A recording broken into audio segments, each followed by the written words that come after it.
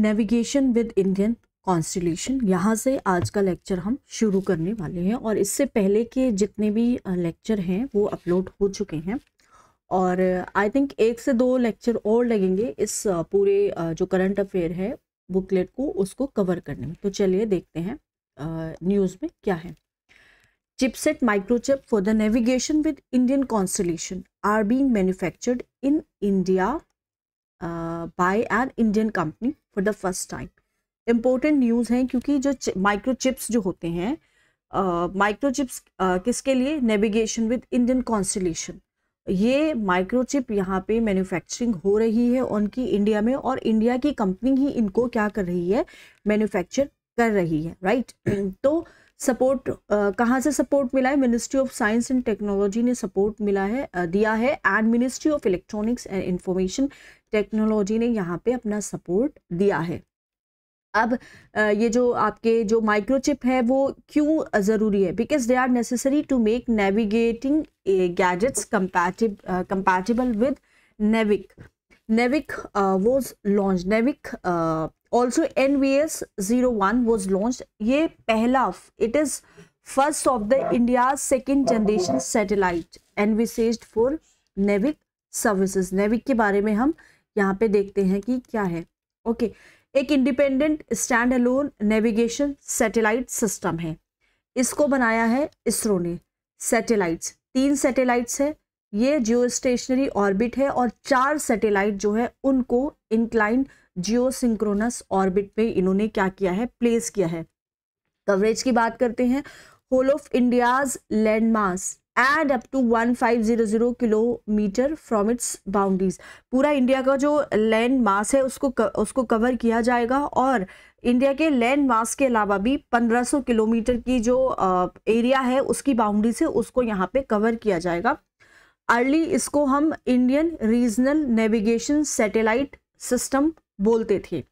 2 services offer करेगा, जैसे कि स्टैंडर्ड पोजीशन सर्विस, किसके लिए, सिविलियन यूजर्स के लिए, standard position service SPS। Restricted service किसके लिए, स्ट्रैटेजिक यूजर्स के लिए। नेविक की नीड क्यों हुई है, ये जो हमारा जो फॉरेन सैटेलाइट सिस्टम था उस पे जो हम डिपेंडेंस थे उसकी डिपेंडेंस को यहाँ पे ये ख़त्म करेगा। जैसे USA ग्लोबल पोजिशनरिंग सिस्टम जो था हमारा GPS था, ठीक है, अभी भी हम GPS को ही ज़्यादातर यूज़ करते हैं, तो हमारी जो डिपेंडेंस है जो GPS पे हो रही है वो यहाँ पे नहीं होगी। और स्ट्रैटेजिक लोकेशन एप्लीकेशंस क्या क्या है इसकी, देखिए, टेरेस्ट्रियल एप्लीकेशन है, एरियल एप्लीकेशन है, मरीन नेविगेशन है, disaster management, precise timing, scientific research, tracking etcetera.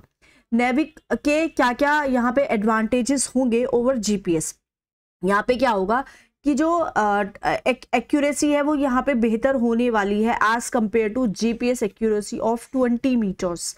Unlike GPS NavIC satellite ये क्या होंगे, अर्थ के सरफेस के अबव होंगे, हेंस यहाँ पे सिग्नल जो ब्लॉकेज है, जो हिमालय के जो माउंटेन है या फिर टेरेस्ट्रियल सरफेसेस पे हम देखते हैं कि सिग्नल ब्लॉकेज की समस्या रहती है, तो वो यहाँ पे प्रॉब्लम यहाँ पे कम होगी, राइट।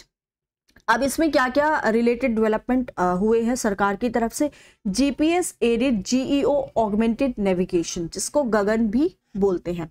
ये एक regional satellite based augmentation system है, collaboration of airports authority of India and ISRO, इन लोगों ने इसको कोलैबोरेट करके इसको बनाया है। गोल क्या है इनका कि इनको नेविगेशन सिस्टम ये प्रोवाइड करना है ताकि जो एयरक्राफ्ट है उसको असिस्ट कर सके, किसमें, एक्यूरेट लैंडिंग हो सके over the Indian air space and in the adjoining area and applicable to safety to civil operations. जितने भी हमारे ऑपरेशंस होते हैं सिविल ऑपरेशंस, यहाँ पे उनकी सेफ्टी ये प्रोवाइड करेगा। गगन क्या करता है, ये एरिया को कवर करेगा अफ्रीका से ऑस्ट्रेलिया तक का and has expansion capability to seamless navigation services across the region. First SBS ये in the world which has been certified for approach with vertical guidance operating in the equatorial ionosphere region। एक essential component जो गगन project का है वो क्या है, study किसका, ionospheric behaviour का over the Indian region. Benefits to sector, इसमें बहुत सारे जो सेक्टर्स है उनमें बेनिफिट्स होगा। जैसे अगर हम एविएशंस की बात करें, ट्रांसपोर्टेशन की बात करें, रेलवेज की बात करें, सर्वेइंग की बात करें, एंड मैरीटाइम की, हाईवेज की, टेलीकॉम इंडस्ट्री की, ठीक है, उसके बाद सिक्योरिटी एजेंसी की, तो यहाँ पे सबको यहाँ पे क्या होने वाला है, बेनिफिट मिलने वाला है। इंडिया क्या है, it is the third country in the world which has such precision approach capabilities. Wow, that is great, we should be proud of our country India. ठीक है, Sagar Sampark indigenous different global navigation satellite system है, जिसको हम क्या बोलते हैं, सागर संपर्क बोलते हैं। इनॉग्रेट किसने किया था इसको, ministry of ports, shipping and waterways ने इसको क्या किया था, इनॉग्रेट किया था। अब यहाँ पे अगर हम DGNSS की बात करें, ये एक टेरेस्ट्रियल बेस्ड एनहांसमेंट सिस्टम है, जो इनएक्यूरेसी, जो एरर है जितने भी GNS में, उसको ये क्या करेगा, उनको ये करेक्ट करेगा, राइट, करेक्ट करेगा, प्रोवाइड करेगा सिग्नल स्पेस से, ये ट्रांसमिट करेगा पोजिशनिंग और टाइमिंग डेटा, किसको, GNS रिसीवर्स को, to have global coverage. Major GNS की अगर हम बात करें तो मेजर GNS हमारे हैं जैसे ग्लोबल पोजिशनिंग सिस्टम, GPS जो कि USA का है, उसके बाद फिर ग्लोबल नया नेविगेशन या स्पुटिनोवा सिस्टेमा ग्लोनस रशिया का है, गैलीलियो यूरोप का है, एंड बेड्यू जो कि चाइना का है, राइट, जो कि चाइना का है। ऑलराइट, अब उसके बाद हम बात करते हैं ग्रेविटेशनल वेव्स की बात करते हैं। साइंटिस्ट ने रिसेंटली क्या किया है, अनवेल किया है एक एविडेंस को कि ग्रेविटेशनल जो वेव्स हैं are permeating the universe at low frequencies. जो भी ग्रेविटेशनल वेव्स होती हैं, हम पता है इसी ग्रेविटेशनल फोर्स की वजह से हम यहाँ पे पृथ्वी पे टिके हुए हैं, और जितने भी प्लैनेट्स की बात करो या फिर जो स्पेस में जितने भी बॉडीज हैं, वो एक दूसरे पे क्या करती है, ग्रेविटेशनल फोर्स अप्लाई करती है, राइट। सो ग्रेविटेशनल वेव्स क्या कर रही है, परमीट कर रही है जब यूनिवर्स को, लेकिन फ्रीक्वेंसी बहुत कम है, तो यहाँ पे कॉस्मिक बैकग्राउंड हम क्या हो रहा है, क्रिएट हो रहा है। ओके, अब हम बात कर रहे हैं ग्रेविटेशनल वेव्स क्या होती है। Ripples in the fabric of space time caused by the most energetic events in the cosmos. तो यहाँ पे क्या होता है कि बहुत ओके, अब यहाँ पे क्या होता है, जैसे ब्लैक होल मर्जर्स है और न्यूट्रॉन स्टार कोलिजन है, मोस्ट पावरफुल ग्रेविटेशनल वेव्स जो होती हैं वो क्रिएट होती है जब ऑब्जेक्ट्स मूव करते हैं बहुत ज़्यादा हाई स्पीड से, बहुत ज़्यादा हाई स्पीड। एल्बर्ट आइंस्टाइन थे, उन्होंने प्रेडिक्ट किया था एग्जिस्टेंस किसका, ग्रेविटेशनल वेव्स का, कि ग्रेविटेशनल वेव्स है 1960s में, in his general theory of relativity. पहले ये इसको फिर 2015 में डिटेक्ट किया गया with the help of laser interferometer gravitational observatory detectors. Okay, study of gravitational waves किस में हेल्प करती है, ये साइंटिस्ट को हेल्प करती है, उनकी जो नॉलेज है वो एक्सपैंड होती है नेचर के बारे में, and evolution of the universe, की ये जो नेचर है और ये जो यूनिवर्स है ये कैसे इवोल्व हुआ, कैसे बना। ठीक है, ग्रेविटेशनल वेव्स हैं वो एक बहुत अपना योगदान देती है इन सब चीज़ों को स्टडी करने में। अगर हमें पढ़ना है mystery about the nature of merging super massive black holes, ये जो ब्लैक होल्स है, ब्लैक होल जो कि अभी भी अपने अंदर एक बहुत बड़ी मिस्ट्री समाये हुए है, तो इसकी जो मिस्ट्री है वो भी हम जान सकते हैं। ओके, अब हम देखते हैं यहाँ पे, जब दो बिग स्टार ऑर्बिट्स करते हैं एक दूसरे को, ठीक है, दो बिग, यहाँ पे क्या होता है, events responsible for gravitational wave. ये जो ग्रेविटेशनल वेव्स है ये आती कहाँ से है, ठीक है, क्या इनका ओरिजिन है। जब एक स्टार है, एक तारा है, एक्सप्लोड करता है एसिमेट्रिकली, जिसको हम सुपरनोवा भी बोलते हैं, एसिमेट्रिकली यहाँ पे क्या होता है, ये एक्सप्लोड हुआ तो यहाँ पे ग्रेविटेशनल वेव हमारी जनरेट होगी। जब दो बिग स्टार ऑर्बिट कर रहे हैं एक दूसरे को तो ग्रेविटेशनल वेव यहाँ पे बनेगी। जब दो ब्लैक होल ऑर्बिट करते हैं एक दूसरे को और वो मर्ज हो जाते हैं एक दूसरे के साथ, black hole neutron star merger, एक ब्लैक होल है और फिर एक न्यूट्रॉन स्टार जब आपस में यहाँ पे क्या हो रहे, मर्ज हो रहे, तो भी हमारी ग्रेविटेशनल वेव्स यहाँ पे जनरेट होगी। हायर और lower frequency gravitational waves, higher frequency gravitational waves कहाँ पे आती है, जो छोटे छोटे जो पेयर होते हैं, कहाँ के, स्मॉल पेयर्स, किसके, ब्लैक होल्स की। लोअर फ्रीक्वेंसी वेव्स कहाँ से आती है, जो ह्यूज ब्लैक होल्स होते हैं वहां से आते हैं। इसमें रिलेटेड डेवलपमेंट और कॉन्सेप्ट हम पढ़ेंगे। आइंस्टाइन ने उनकी जो जनरल थ्योरी थी रिलेटिविटी की, उसमें उन्होंने पोस्टुलेट किया है कि space and time were not independent entities but had to be woven together as space time. Einstein ने प्रपोज किया था कि जो ग्रेविटेशनल अट्रैक्शन है ये किसकी वजह से हुआ, ये हुआ है क्योंकि जो फैब्रिक है स्पेस टाइम का, वो जब बेंड हुआ है by the equivalent of heavy object greater the mass of an object, जितना एक ऑब्जेक्ट का मास होगा, जितना वो भारी होगा, मोर एक्सट्रीम वर्पिंग होगी स्पेस की, it causes so a star warps space time more than a planet and a black hole warp it more than a star. Einstein ने कहा था कि सन, अर्थ और जितने भी दूसरी बॉडीज है formed similar curvatures around them and this was the reason for smaller objects getting pulled towards them.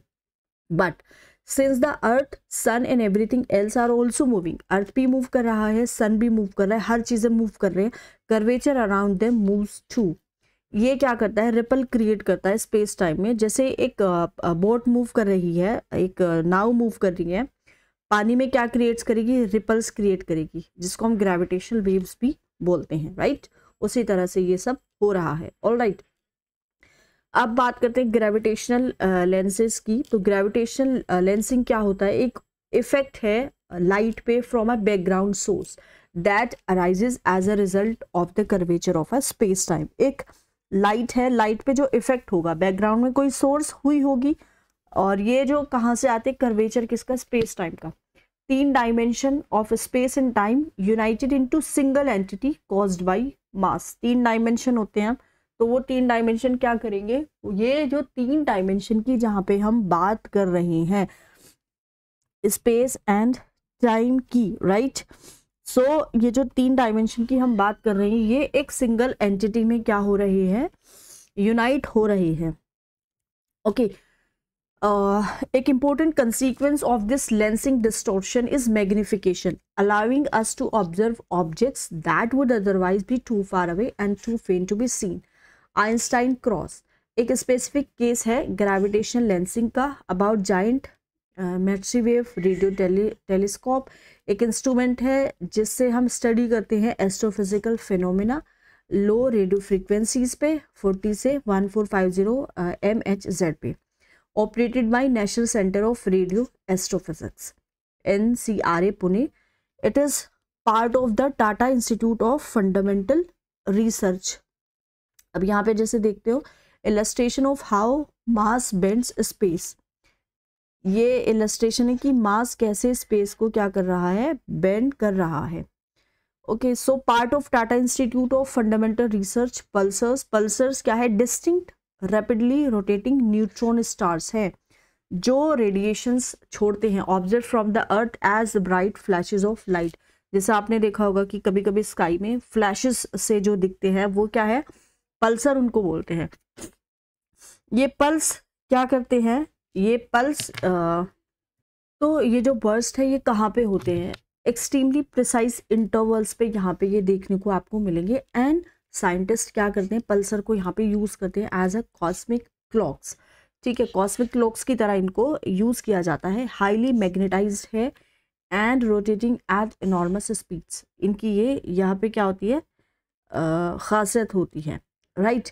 सो अब हम देखते हैं पल्सर एमिट करते हैं एक बीम किसका, इलेक्ट्रोमैग्नेटिक रेडिएशंस का, ठीक है, इलेक्ट्रोमैग्नेटिक रेडिएशंस का, ओके। पल्सर क्या करते हैं, ये जो पीरियड है पल्सर का रिफर्स टू टाइम जब पल्सर अपीयर्स करते हैं to switch off at points जब light is facing away from the earth. LIGO India project, union cabinet ने अभी हाल फिलहाल में क्या किया है कि एक laser interferometer gravitational wave observatory को अप्रूव किया है, या फिर हम इसको लीगो भी बोलते हैं, ताकि एडवांस ग्रेविटेशनल वेव डिटेक्टर यहाँ पे हम बना सके, बिल्ड कर सके। ओके, प्रोजेक्ट के बारे में देखते हैं। LIGO क्या है? India is a planned advance gravitational wave observatory, part of the world wide network. Observatory will be the third of its kind. Exact specification of the twin LIGO in Louisiana and Washington in the US. Fourth detector जो है इसका वो कागरा में है, Japan में है, is in the pipeline. Location किस में है? Hingoli district in Maharashtra. Okay, and funding इसकी अगर हम देखें तो department of atomic energy and department of science and technology इसकी फंडिंग करते हैं। कैपेसिटी अगर हम देखें, collaborative project between a consortium of Indian research institutions and the LIGO laboratory in USA। Related development देखिए, आइंस्टाइन टेलीस्कोप। आइंस्टाइन का जो telescope collaboration है ये एंटर हो चुका है एक एग्रीमेंट में विद CERN। CERN होता है European organisation for nuclear research. यहाँ पे क्योंकि डिज़ाइन करना है डिटेक्टर्स के वैक्यूम सिस्टम का। ऑल राइट, ET क्या है? एक प्रपोज अंडरग्राउंड इंफ्रास्ट्रक्चर है एटलीस्ट 200 मीटर जो बीनीथ सरफेस के नीचे होता है, और ये होस्ट करेगा third generation gravitational wave observatory को। लेजर इंटरफेरोमीटर स्पेस एंटीना, एक space based gravitational wave observatory building है। ये लीजा पाथफाइंडर के सक्सेस पे बनाई गई है, लेड बाय ESA। लीजा एक मिशन है, it is a collaboration of ESA, NASA and an international consortium of scientist. Evolved laser interferometer space antenna एक क्या है? मिशन जो एम कर रहा है at exploring the gravitational universe from space for the first time. ये consist क्या करता है? मदर और 2 डॉटर स्पेस क्राफ्ट इसका पार्ट होंगे। Black holes and time dilations. Scientist ने रिसेंटली ऑब्जर्व किया है एक क्लास ब्लैक होल्स का जिसको क्वासर्स भी बोलते हैं। ये डेमोन्स्ट्रेट कर रहा है टाइम डायलेशन किसमें? In the early universe. More about news, ये जो टाइम डायलेशन है इलस्ट्रेट करता है कि during that period time passed at only about a fifth of the current at about a fifth of the current rate. Quasar एक extremely active और luminous type of active galactic nucleus है। Sometime ये tremendously active supermassive black holes जो galaxies है, galaxies के centre पे reside करते हैं। यहाँ पे कोई भी क्वासर्स नहीं है मिल्की वे के पास पे। अब यहाँ पे जैसे ब्लैक होल्स है, ब्लैक होल्स की को हम वो कर रहे हैं, स्टडी कर रहे हैं, इसका इंपॉर्टेंस क्या है। Laboratories for testing fundamental theories, ये एक्सप्लेन करेगा कि कैसे universe works like formation and evolution of evolution जो है गैलेक्सीज का वो कैसे करता है। ओके, कैसे ये करता है, एनहांस करता है अंडरस्टैंडिंग किसका? ग्रेविटेशन फोर्स का। जो ग्रेविटेशन फोर्स है वो उसकी अंडरस्टैंडिंग हमें और भी ज़्यादा मिलेगी, which can be useful for the global positioning satellites. ये जो टाइम डायलेशन है इलस्ट्रेट करता है कि during the period, okay we have completed this. Time dilation का means time passes at different rates for different observers. Depend करता है relative motion या फिर पोजिशन ग्रेविटेशनल फील्ड में। आइंस्टाइन की जो थ्योरी है रिलेटिविटी की उसने प्रपोज किया है about this effect of time dilation. Objects जिनका बहुत ज़्यादा मास होता है वो क्या क्रिएट करते हैं? बहुत ज़्यादा ग्रेविटेशनल फील्ड क्रिएट करते हैं। जितनी ज़्यादा ग्रेविटी ज़्यादा स्ट्रॉन्ग होगी, मोर स्पेस टाइम कर्व्स वहाँ पे बनेंगे and the slower time itself proceeds. Einstein की general relativity and your age. Einstein की जो थ्योरी है, तो आइंस्टाइन की general relativity and your age, Einstein की जो थ्योरी है जनरल रिलेटिविटी की, इसका मतलब है कि आपकी जो एज है, your age very slightly slower or faster at places with stronger or weaker gravitational fields due to your distance from a massive object nearby. Here is how your age would change if you spend 30 years at the following locations instead of at sea level on Earth. Jupiter पे your age minus 18.4 second. Moon पे your age plus 629 millisecond, thousands of a second. और black hole पे क्या होगा?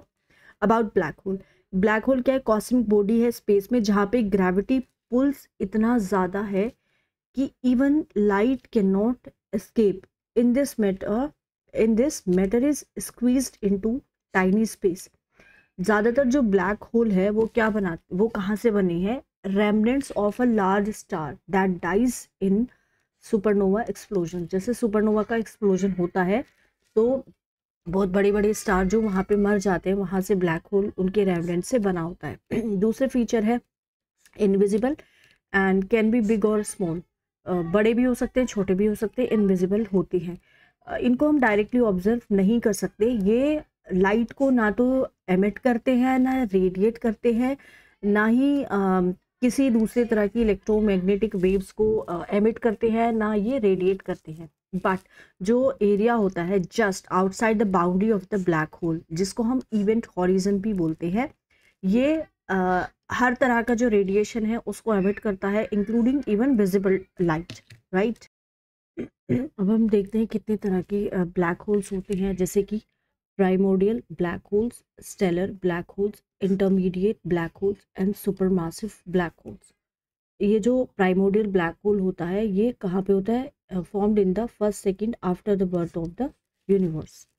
Stellar black hole formed when centre of a very big star, एक जो बहुत बड़ा स्टार होता है उसका जो सेंटर होता है वो फॉल्स अपॉन इटसेल्फ या फिर कोलैप्स कर जाता है। व्हेन दिस हैपन्स, ये इसकी वजह से क्या होता है? सुपरनोवा यहाँ पे बनता है। इंटरमीडिएट ब्लैक होल, इनकी रेंज होती है 100 से 200 of thousands of times the sun masses. Almost every large galaxy has supermassive black hole at its centre. हर एक जो लार्ज गैलेक्सी होती है उसके पास एक बहुत बड़ा ब्लैक होल होता है सेंटर। बेसिक पार्ट्स क्या क्या होते हैं ब्लैक होल के? एक होता है स्क्वेवर्स चाइल्ड रेडियस, ये इवेंट होराइजन है, होराइजन रेडियस है at which escape velocity is equal to the speed of light. Ergosphere, अगर ब्लैक होल रोटेट कर रहा है, फिर ये रोटेट करता है तो स्पिन भी करता है, its mass causes the space time around the black hole to rotate as well. Black holes, okay. Relativistic jet, जब एक स्टार जो है वो एब्जॉर्ब होते हैं, ब्लैक होल उनको एब्जॉर्ब कर लेता है, तो jets of particle and radiation are blasted out at near light speed. Singularity centre, very centre of a black hole where matter has collapsed in a region of infinite density. Photon sphere, photon emitted from hot plasma near the black hole which bends their trajectory producing a bright ring. Accretion disk of superheated gas and dust whirls around black hole at immense speeds producing electromagnetic radiations. Okay, dark matter map. Astronomers ने क्या बनाया? भी detail map बनाया है dark matter का, और यहाँ पे वो शो कर रहे हैं कि दोनों लंपीनेस, मतलब एक piece of solid substance usually जिसकी कोई पर्टिकुलर शेप नहीं होती, ये यूनिवर्स का है, and the rate at which the universe is growing. They have created a map, एक मैप बनाया है उन्होंने, और microwave detector of the Atacama cosmology telescope इसको यूज़ किया है। Astronomers were observing by ACT whether Einstein's predictions in this theory are correct regarding the expansion of the universe. They also observed the sanctity of the standard model of cosmology. As per SMC model, there is a fixed and precise sequence of events that followed the Big Bang. Observation and outcome made by astronomers. Invisible world. Feature of invisible world. Dark matter and energy. ये observe किए गए थे which are hundreds of millions of light years across. Cosmic microwave background radiation, gravitation pull of large heavy structures including dark matters warps the CMB radiation on its 14 billion year journey to earth. CMB or fossil radiation is the cooled remnant of the first light और leftover of the big bang. CMB light get deflected by dark matter. अब big bang का model क्या है? ये model है जो explain करता है एग्जिस्टेंस किसकी? कॉस्मिक माइक्रोवेव बैकग्राउंड की। इसके हिसाब से जो इमर्जेंस हुआ है यूनिवर्स का एक स्टेट से, स्टेट कौन सी? State of extremely high temperature and density, the so called big bang that occurred 13.8 billion years ago. ये दो असम्पशन पे बेस्ड है।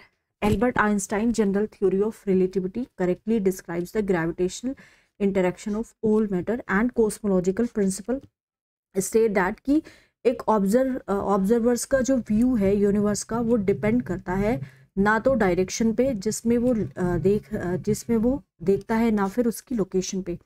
लंपीनेस measurement showed that lumpiness of the universe is of the exact right size as per SMC expansion.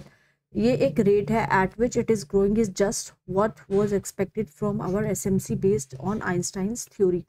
Gravitational lensing, it was observed while recording the movement of the CMB. Composition देखते हैं universe का.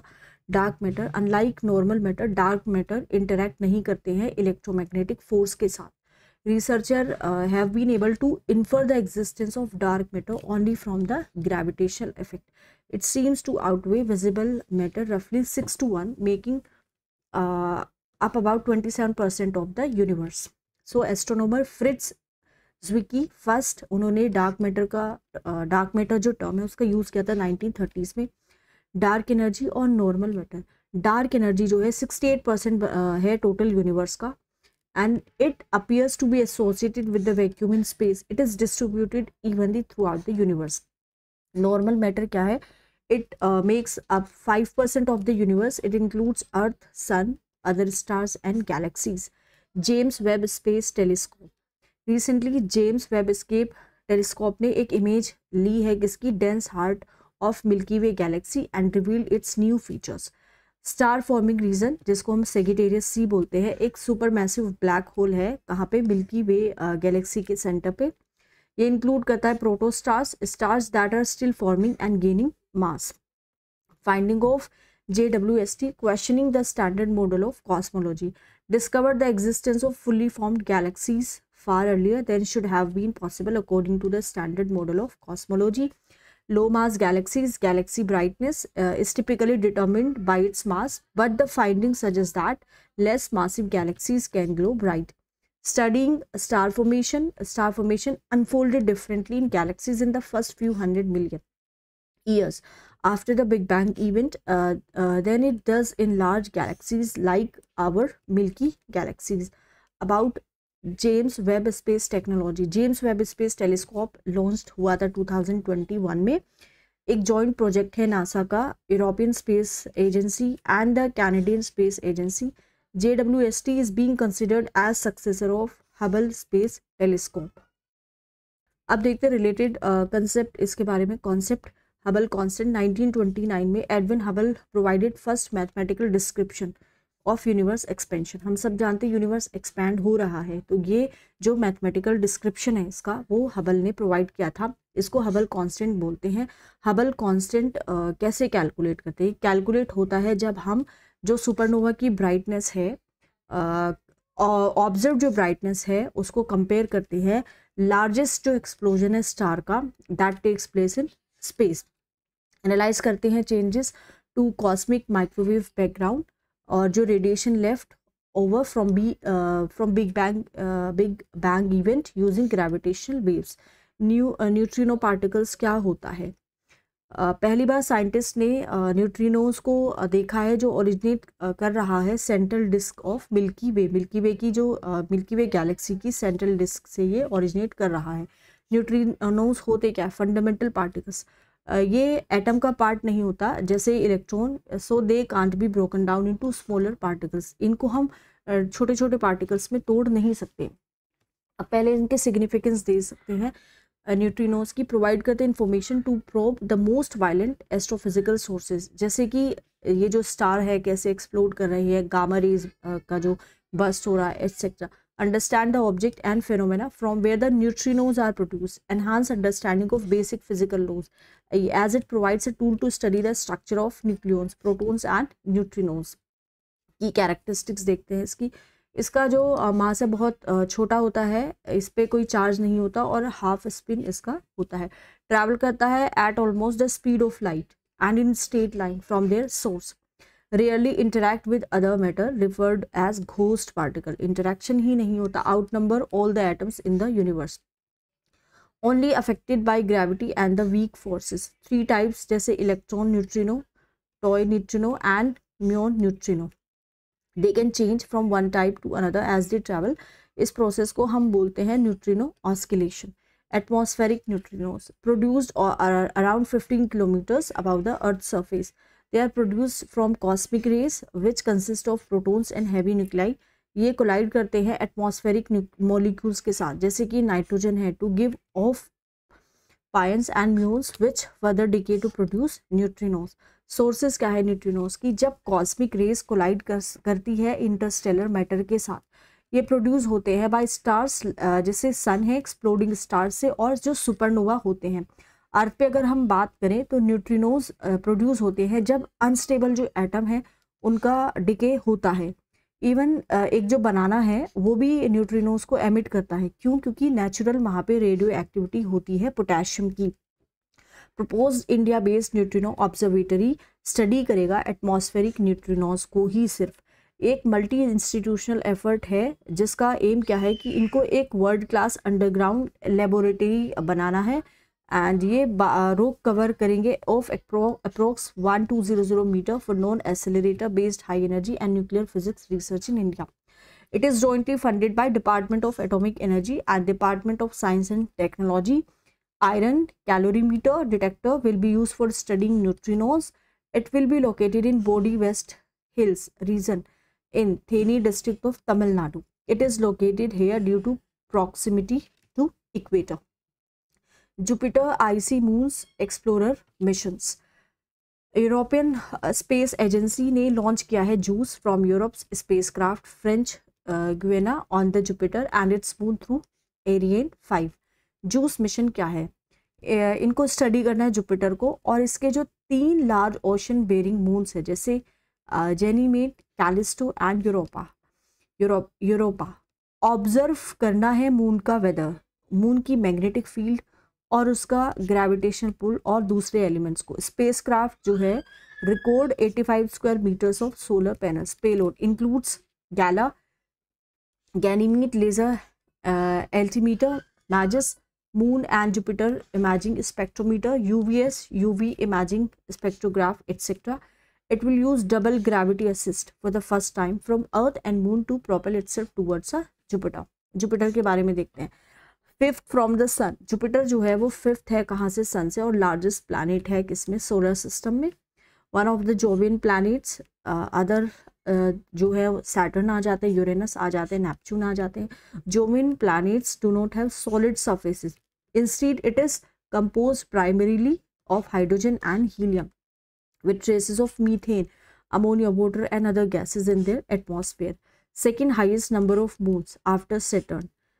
Has a faint ring system. अब यहाँ पे हम देखते हैं major space missions to Jupiter. Mission by and near.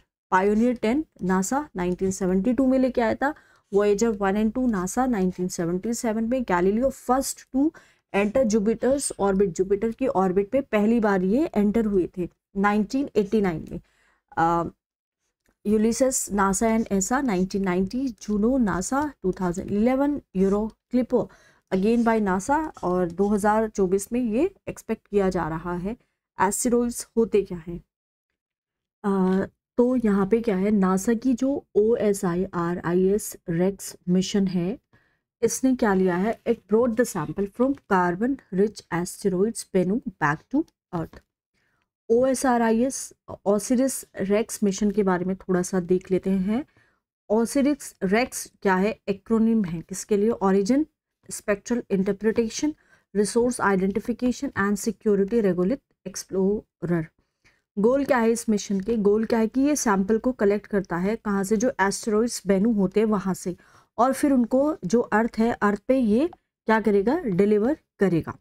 Bennu क्या है? एक small near earth carbon rich asteroids है। New journey OSIRIS REx will continue on to a new mission to asteroids Apophis, hence renamed as OSIRIS APEX, OSIRIS Apophis explorer. इसका क्या है? नाम है। अब यहाँ पे देख लेते हैं एस्टेरॉइड्स और रिलेटेड बॉडीज के बारे में। जैसे कॉमेट है। कॉमेट क्या है? आईसी बॉडी है that releases gases as it orbit the sun. जैसे कि हमने देखा है कि एक थोड़ा सा देखने में लगेगा कि जैसे आइसी बॉडी है, कुछ बर्फीली सी बॉडी लगेगी देखने में, और जैसे ही ये गैसेस को रिलीज करेगी, जैसे ही अर्थ को ऑर्बिट करेगी, सन को ऑर्बिट करेगी, ठीक है, उसको हम कॉमेट बोलते हैं। आपने भी देखा होगा इसको आसमान में, राइट। सो ये तो हो गया हमारा कॉमेट। उसके बाद आता है हमारा, जैसे अगर हम बात करें मीटेरॉइड्स के बारे में, तो ये रॉकी, कुछ रॉकी है या फिर क्या है, एक मेटालिक फ्रैगमेंट है एस्टेरॉइड्स का, कॉमेट का या फिर प्लैनेट्स का, तो ये किसी का भी हो सकता है। ओके, मीटेरॉइड्स क्या है, meteor fragment that reaches the ground, जो ग्राउंड पे आपका आता है उसको हम क्या बोलते हैं, मीटेरॉइड्स बोलते हैं। एस्टेरॉइड क्या है, रॉकी बॉडी है जो प्लैनेट से छोटा होता है, और ये सन के अराउंड यहाँ पे क्या होता है, ऑर्बिट करती हुई आपको दिखेगी।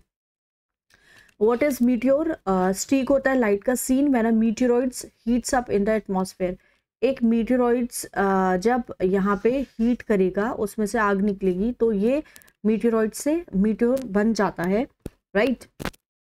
ओके, क्लासेस क्या है एस्टेरॉइड्स की, यहाँ पे अब कुछ क्लासेस भी है, तो उनके बारे में देखते हैं। पहला है जैसे main asteroids belt between Mars and Jupiter, ये आपको मार्स है और जुपिटर जो प्लैनेट्स हैं उनके बीच में आपको एक बेल्ट मिलेगी, तो उसको हम क्या बोलते हैं, मेन एस्टेरॉइड बेल्ट, इसको हम क्या करेंगे, बोलेंगे। ट्रोजन्स, ये शेयर करता है ऑर्बिट विद लार्जर प्लैनेट, जो आपके बहुत ज़्यादा बड़े बड़े प्लैनेट है उनके साथ इसका ऑर्बिट शेयर होता है। रेमनेंट है किसका, हमारे जो पहले का सोलर सिस्टम है उसका ये क्या है, रेमनेंट है। NASA lucky mission, NASA Lucy mission is the first space craft launch to explore the Trojan asteroids. इन एस्टेरॉइड्स को एक्सप्लोर करने के लिए एक स्पेस मिशन दिया गया था, जिसको हम क्या बोलते हैं, NASA Lucy mission. Near earth asteroids, इसको क्या बोलते हैं, ये नियर अर्थ एस्टेरॉइड्स पास close to earth, also known as earth crossers. Earth का जो क्रॉसर है इसको हम वो भी यहाँ पे बोलते हैं। How does asteroid exploration contribute to astronomy, कैसे ये एस्ट्रोनॉमी को कंट्रीब्यूट करता है, अब हम इसको देखते हैं। Insight on formation of solar system, understand the conditions and materials present at that time. ये क्या करते हैं कि जो मटेरियल की कंडीशंस थी उस टाइम पे प्रेजेंट, तो बेसिकली क्या करते हैं, ये समझने की कोशिश करते हैं। ओरिजिन ऑफ लाइफ, ये क्या करते हैं, प्रोवाइड करते हैं, क्या प्रोवाइड करते हैं, इंसाइट इनटू द क्या, ऑर्गेनिक कंपाउंड्स। प्लानिटरी डिफेंस, क्या करते हैं, अंडरस्टैंड, इसको अंडरस्टैंड करते हैं, ये अंडरस्टैंड करते हैं कंपोजिशन और स्ट्रक्चर एस्टेरॉइड्स का, for creating planetary efforts for the future. Space exploration technology demonstrated advance technology in spacecraft design, navigation and sample collection. Resource utilisation, promoting international cooperation. उसके बाद आता है गवर्नेंस, ये जो यूनाइटेड स्टेट है, जिसको यूएन भी कहा जाता है, इनने रिसेंटली क्या एक पॉलिसी, ब्रीफ पॉलिसी रिलीज की है, जिसका टाइटल है for all humanity the future of outer space governance existing governance framework. 1958 में क्या हुआ था, United Nation committee on the peaceful uses of outer space, UN commerce, इसको एस्टेब्लिश यहाँ पे क्या किया गया था। ये क्या करती है, गवर्न करती है एक्सप्लोरेशन और यूज इसका स्पेस का for the benefit of all humanity. Alright, supported by the United Nations officer for outer space affairs, इससे सपोर्टेड है 5 international space treaties. Outer space treaty जो कि 1967 में आती है, and treaty on principles governing the activities of states. Rescue agreements 1968, agreement on the rescue of astronauts, return of astronauts and the return of objects launched into outer space। फिर आता है आपका liability convention 1972 का, convention on international liability for damage caused by objects. उसके बाद आता है registration conventions किसका 1976 का। ओके, सो उसके बाद यहाँ पे आपका आता है मून एग्रीमेंट 1970 1979 का। ये क्या है, एग्रीमेंट है governing the activities of states. States की जो एक्टिविटीज है मून पे या फिर दूसरी सेलेस्टियल बॉडीज पे, उसको क्या करता है, ये गवर्न करता है।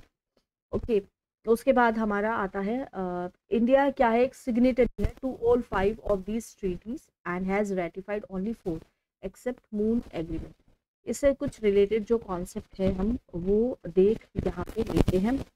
तो चलिए हम इसको देखते हैं। इंडिया का स्पेस रिसर्च ऑर्गेनाइजेशन रोकिस डेब्रिस पाया गया है ऑस्ट्रेलियन शोर पे।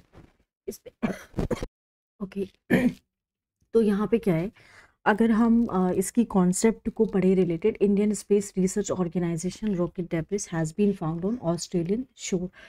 स्पेस डेब्रिस के बारे में पढ़ते हैं। Space debris encompasses both natural meteoroids and artificial man-made particles.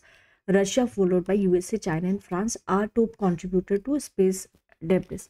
Impact क्या है इस space debris का? Thousands of discarded launch vehicles float करते हैं around in space, risking collision. Initiative taken to address space debris. ISRO system है, इसरो का एक system है for safe and sustainable space operations management. ये क्या करता है, ट्रैक करता है, मॉनिटर करता है स्पेस के ऑब्जेक्ट्स को। Projects Netra provides first hand information on debris status. Clear space 1 mission by European space Agency. Large object entering earth can be threat to marine life and a source of pollution. Liability Convention 1972 provides for procedures for settlement of claims for damages. Kessler syndrome, scenario in which density of objects in low Earth orbit due to space pollution is numerous. इससे क्या हो सकता है, collision हो सकता है objects के बीच में and could cause a cascade in which each collision generates space debris that increases the likelihood of further collisions. Proposed by NASA scientist Donald J. Kessler 1978. Key concept terms in news. Goldilocks zone. It is also referred as habitable zone भी बोलते हैं। ये area है एक star के around where it is not too hot and not too cold. ना ज़्यादा गर्म होता है ना ज़्यादा ठंडा होता है, for liquid water to exist on the surface of surrounding planets. Exoplanet क्या होता है, न्यू जुपिटर साइज एक्सोप्लैनेट जिसको TOI 463b या फिर HD 245134b भी बोलते हैं, इसको डिस्कवर किया गया है अभी हाल ही में। एक्सोप्लैनेट क्या है, एक कोई भी प्लैनेट है हमारे सोलर सिस्टम के beyond, most orbit other stars, free floating exoplanets जिसको हम रोग प्लैनेट्स भी बोलते हैं, orbit galactic centre and are untethered to any star. Composition range बहुत रोकी होती है जैसे अर्थ की तरह, टू वेरी गैस रिच जैसे जुपिटर है, सैटर्न है, right. In a study novel types of habitable exoplanets are identified, they are referred to as Hycean worlds. ये जो प्लैनेट्स है would fall somewhere between super अर्थ, ये भी एक तरह का एक्सोप्लैनेट होता है जिसका मास अर्थ से और जो मिनी नेपच्यून्स है उनके मास से भी क्या होता है यहाँ पे बड़ा इनका मास होता है। फास्ट रेडियो बर्स्ट एक ब्राइट और ब्रीफ बर्स्ट है इलेक्ट्रोमैग्नेटिक रेडिएशन की। ये रेडियो वेव फ्रीक्वेंसीज में देखा गया है that usually last thousands of a second. FRB क्या करते हैं, फास्ट रेडियो बर्स्ट एनर्जी को लूज करते हैं जब ये अर्थ की तरफ पहुंचते हैं, सो इनको स्पॉट करना बहुत ज़्यादा डिफिकल्ट हो जाता है। जैसे ये जो FRB है गैलेक्सीज के थ्रू जब ये ट्रैवल कर रहा है एंड उनके बीच में जब ये ट्रैवल कर रहा है तो ये जो हॉट गैस है उनके थ्रू पास करते हैं, जिसकी वजह से क्या होता है इनकी जो लो फ्रीक्वेंसी रेडियो वेव है वो क्या होती है, रेडियो वेव थोड़ा धीमी पड़ जाती हैं, right, more than those at higher frequencies. इसी फिनोमेना को हम क्या बोलते हैं, डिस्पर्जन बोलते हैं। ये साइंटिस्ट को अलाउ करता है डिटेक्ट करने को और मेजर करने को मैटर गैलेक्सीज के बीच में जो अभी हमारे को दिखाई नहीं देता, हमें दिखाई नहीं देता, इनविजिबल है। फास्ट रेडियो बर्स्ट इसके क्या क्या कॉजेज़ है वो एंटायरली अभी हमें नहीं पता है। हावेवर स्टेलर रेमनेंट्स जैसे कि white dwarfs, dense hot compact star remnants, neutron stars, जो मासिव स्टार कोलैप्स जब ये होता है, कोलैप्स होता है स्टार्स के बीच में तब ये फॉर्म होता है, and colliding galaxies are considered sources of fast radio burst. Gamma ray burst, एक जो नई स्टडी हुई है वो सजेस्ट करती है कि गामा रेज बर्स्ट के पास पोटेंशियल है, टेम्परेली वो ओजोन लेयर को पूरा का पूरा डिप्लीट कर सकती है। अब आप सोचो, अगर ये जो गामा रे बर्स्ट है ये हमारी ओजोन लेयर को डिप्लीट कर दे, हालांकि ये परमानेंट डिप्लीशन जो है वो परमानेंट नहीं होता, टेम्परेरीली होता है, लेकिन फिर भी एक चिंताजनक बात है। ये मोस्ट पावरफुल और वायलेंट एक्सप्लोजन्स हैं। अगर हम यूनिवर्स में बात करें, अपने जो ब्रह्मांड है उसमें बात करें, सबसे ज़्यादा पावरफुल, सबसे ज़्यादा जो एक्सप्लोजन है वो गामा रे बर्स्ट का होता है, राइट। सो ये क्या होता है, फ्लैशेस आते हैं, ये बर्स्ट जो होते हैं शॉर्ट लिव्ड होते हैं, और इनमें जो लाइट होती है हाई एनर्जी लाइट रिजल्ट होती है, एक्सप्लोजिव इवेंट्स होते हैं उसकी वजह से, जैसे बर्थ किसका, ब्लैक होल्स का, and collisions between neutron stars, और जो न्यूट्रॉन के जो स्टार्स हैं उनके बीच में जब कोलिजन्स होता है, जब गामा रे बर्स्ट इरप्ट करती है तो ये क्या होती है, ब्राइटेस्ट सोर्स बन जाती है इलेक्ट्रोमैग्नेटिक रेडिएशन की, brighter than typical supernova. Gamma ray burst को हम are also known to ionise molecules at the bottom of the ionosphere, but can also affect the entire ionosphere. Quasimoon, astronomers ने अभी discover किया है एक नए तरह का एस्टेरॉइड्स जिसको डब 2023 FW13 भी बोलते हैं, और ये डिस्कवर हुआ है अर्थ के अलोंग रिसेंटली। सो इसको हम क्वासीमून भी बोलते हैं या फिर क्वासी सैटेलाइट के नाम से भी जानते हैं। ऑर्बिट्स करता है सन को एक सिमिलर टाइम फ्रेम में, जैसे आपने देखा होगा अर्थ पूरा चक्कर लगाता है किसके, सूर्य के, उसी तरह से ये ऑर्बिट करता है, but it is only slightly influenced by earth gravitational pull. Earth का जो ग्रेविटेशनल पुल है उससे इस पे जो इन्फ्लुएंस होता है वो बहुत कम होता है, जीरो शेडो डी। ये एक फिनोमेना होता है जब सन एग्जैक्टली ओवरहेड होता है एंड जो शेडो होता है सिमेट्रिकल और वर्टिकल ऑब्जेक्ट्स का, वो क्या होता है यहाँ पे वेनिश हो जाता है, right. So this happens for location between the tropics and is caused by northern and southern motion of the sun during the course of a year. इससे क्या होता है, जो नदर्न और सदर्न मोशन जो होता है सन का during the course of year, उसकी वजह से होता है। ब्लेजा, इंडियन एस्ट्रोनॉमिकल ऑब्जर्वेटरी, ये हैंकल ऑफ लद्दाख एक इलाका है, हैंकल लद्दाख में, वहाँ पे लोकेटेड है। इन्होंने ऑब्जर्व किया है चमकीला ब्राइटनिंग किसकी, बीएल लेसरटे, बीएल लैस एक ब्लेजर भी एक तरह की गैलेक्सी होती है that is powered by humongous black hole. So it is among one of the brightest and most powerful objects in the universe. It is known for emitting highly energetic particles and radiation. दूसरी important news देखते हैं, electromagnetic ion cyclotron waves. Recently India के जो scientist हैं उन्होंने identify किया है EMIC waves in the Indian Antarctic station Maitri. EMIC क्या है, डिस्क्रीट इलेक्ट्रोमैग्नेटिक एमिशंस है observe in the earth inner magnetosphere. Earth का जो अंदर का मैग्नेटोस्फेयर है वहाँ पे इसको ऑब्जर्व किया गया है। प्लाज्मा क्या है, फोर्थ स्टेट है मैटर का, जैसे कि मैटर की हमने स्टेट के बारे में पढ़ा था, solid liquid gas. Fourth state आ जाता है हमारा प्लाज्मा। ये क्या जनरेट करता है, it generates in the equatorial latitudes, जो प्रोपोगेट करेगा along magnetic field lines to its footprints in the high latitude ionosphere. इससे क्या होता है, प्रेसिपिटेशन होता है, it leads to precipitation of killer electrons जो बहुत ज़्यादा हजार्डियस होते हैं हमारे स्पोर्ट्सबोर्न टेक्नोलॉजी या फिर इंस्ट्रूमेंट के लिए। मैग्नेटोस्फेयर एक रीजन होता है प्लैनेट के अराउंड और ये डोमिनेट होता है by planets magnetic field.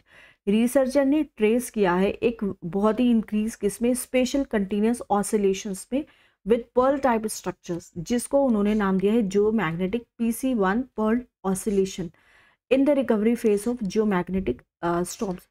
PC1 pearl oscillations amplitude modulated structured है narrow band signals which are signatures of low frequency एमिक।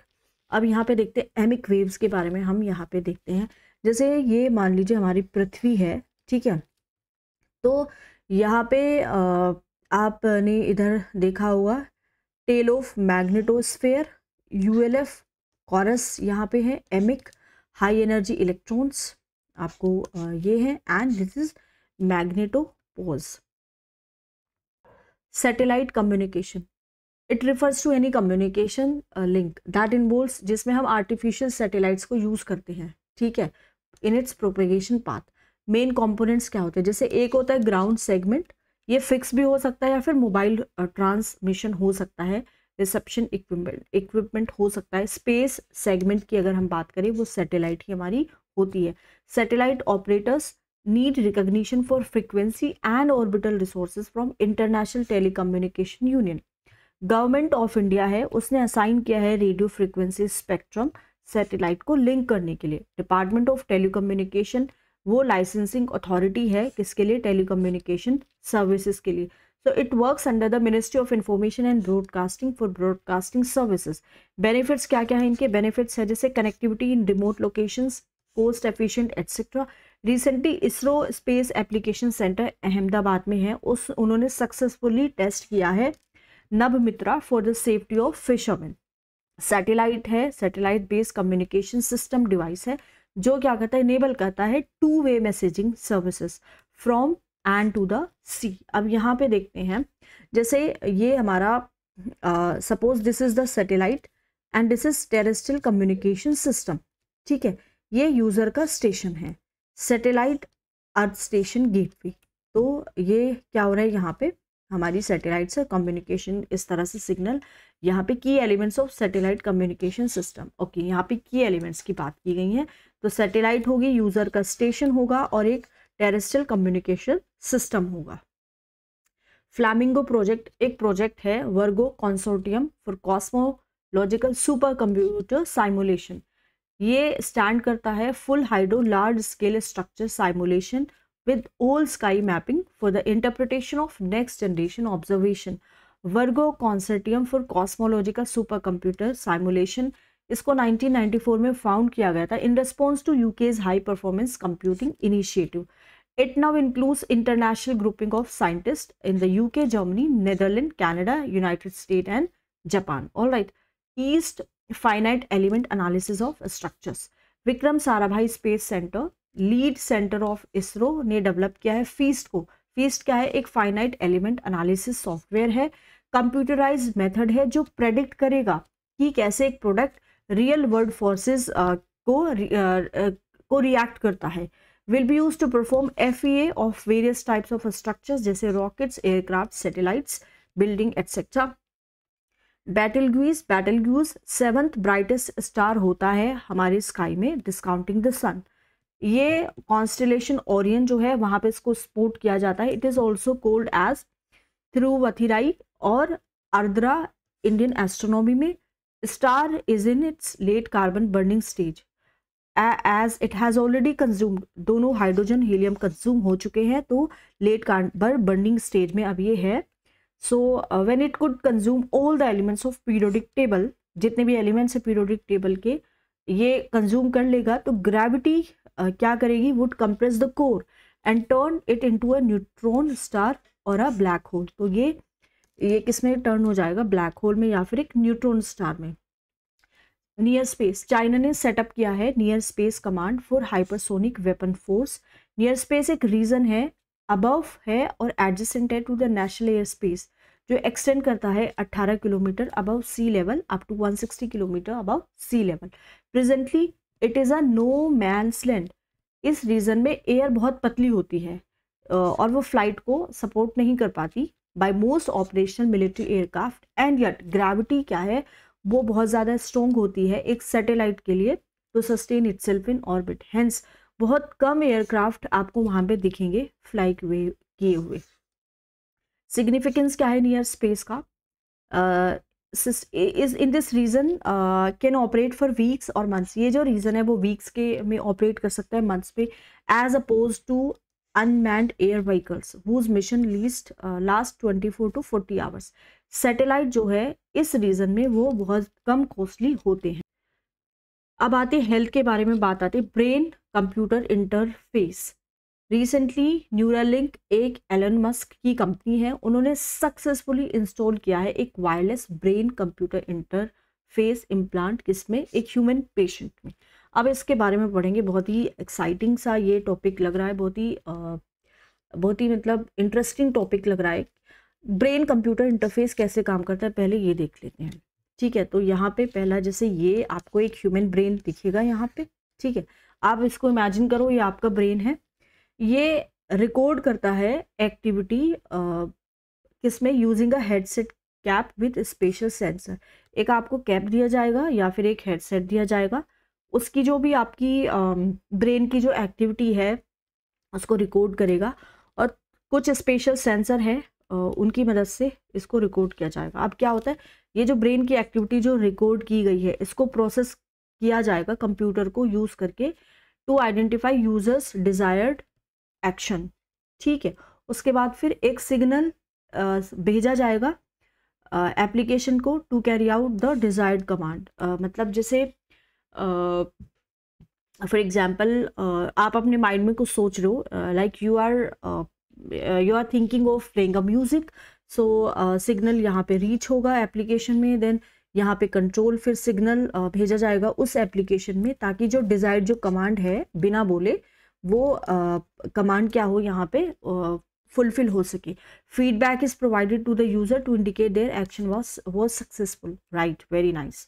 सो 2023 में न्यूरालिंक को परमिशन मिली थी, और ये परमिशन दी थी FDA ने, US food and drug administration, कि इसका ट्रायल आप ह्यूमन पे करो। ठीक है, ये जो ह्यूमन है, ह्यूमन पे आप इसका ट्रायल करो। अब इसका एम क्या है, इसका एम है कि इसको next generation brain implant build करना है with at least 100 times more brain connections than devices currently approved by FDA। Initial result जो है ट्रायल के, वो क्या करते हैं कि कुछ प्रॉमिसिंग रिजल्ट आ रहे हैं न्यूरॉन स्पाइक डिटेक्शन की। स्पाइक का मतलब क्या होता है, स्पाइक का मतलब होता है इलेक्ट्रिकल और केमिकल सिग्नल्स जो इंफॉर्मेशन देते हैं ब्रेन के around and to the body. ठीक है, तो ये बहुत ही प्रॉमिसिंग सा एक टेक्नोलॉजी उभर के आई है। Neuralink is also announce that इनका जो पहला प्रोडक्ट है उसको टेलीपैथी बोला जाएगा। About brain computer interface, BCI होता क्या है, ये एक सिस्टम होता है देखिए जो डिटरमिन करता है फंक्शनल इंटेंट को, मतलब डिजायर टू चेंज, आपका कुछ डिजायर है, आप कुछ चेंज करना चाह रहे हो, कुछ मूव करना चाह रहे हो, कुछ कंट्रोल करना चाह रहे हो, इंटरेक्ट करना चाह रहे हो किसी के साथ जो आपके इन्वायरमेंट में मौजूद है, directly from brain activity. Allow करता है कंट्रोलिंग एन एप्लीकेशन और device using only our brain. Wow, very nice. ठीक है, तो ये तो बहुत ज़बरदस्त टेक्नोलॉजी भाई आने वाली है, जिसमें आप ब्रेन से बहुत सारी एक्टिविटीज़ को कंट्रोल करेंगे। 3 इसके मेन पार्ट्स है। एक डिवाइस है जो डिटेक्ट करेगा, रिकॉर्ड करेगा signal coming from the brain. आपके ब्रेन है, जब आपने पढ़ा होगा कि आपका ब्रेन सिग्नल भेजता है। सपोज करो आपने कोई हॉट जो ऑब्जेक्ट्स है उसको टच किया है, तो within seconds, within not second बल्कि within computer to process and analyze the recorded brain